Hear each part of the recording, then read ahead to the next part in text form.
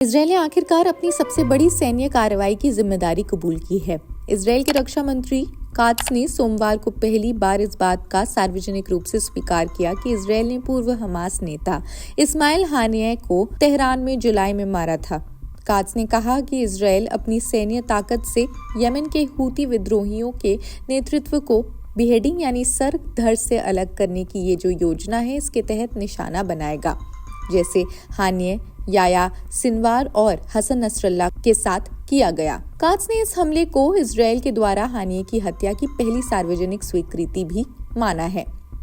हानिया को जुलाई 31 को तेहरान के एक गेस्ट हाउस में एक विस्फोटक उपकरण द्वारा मारा गया था, जो इजरायली ऑपरेटर्स द्वारा कुछ हफ्ते पहले रखा गया था। इस हत्या के बाद से इसराइल पर हमेशा यह आरोप था कि उसने हानिया की हत्या की, जिसे पहले इसराइल ने कभी भी स्वीकार नहीं किया। कात्स ने कहा, जो भी इसराइल के खिलाफ हाथ उठाएगा उसका हाथ काट लिया जाएगा और आईडीएफ उसे जवाबदेह ठहराएगी। ये बयान इसराइल की सैन्य नीति को स्पष्ट करता है, दुश्मनों को खत्म करने के लिए किसी भी हद तक जाने को तैयार है। इसके साथ ही इसराइल के हमले केवल हमास तक सीमित नहीं है।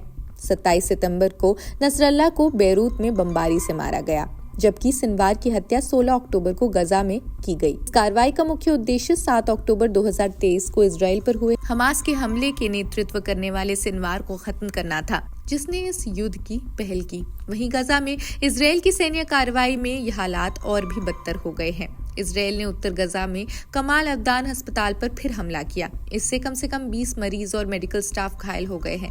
इसके अलावा एक मानवीय सहायता काफिले पर ड्रोन हमला किया गया। इसमें 4 सुरक्षा गार्ड्स भी मारे गए। इसराइल के पीएम नेतन्याहू ने संसद में बताया कि गजा में संघर्ष विराम, बंदियों की रिहाई के लिए एक समझौते पर बातचीत तो जारी है, लेकिन उन्होंने किसी निश्चित समय सीमा का खुलासा नहीं किया। लगता है और वक्त लगेगा।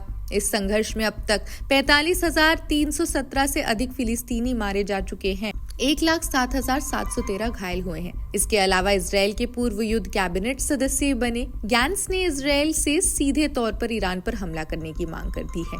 उनका कहना है कि यमन और अन्य तेहरान से जुड़े समूहों के हमले को रोकने के लिए ये जरूरी है। गैंट्स ने कहा कि हमें ईरान और उसकी प्रॉक्सी के खिलाफ रणनीतिक पलटवार का लाभ उठाना चाहिए। अगर हम ऐसा नहीं करते तो ये ऐतिहासिक गलती होगी।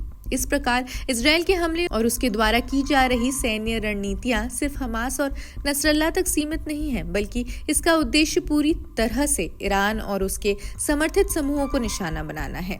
इससे इसराइल की क्षेत्रीय ताकत और प्रभाव को बढ़ाया जाएगा। खैर, इस रिपोर्ट में अब तक बस इतना ही। देश दुनिया की अन्य खबरों के लिए भी देखते रहिए जनसत्ता। शुक्रिया।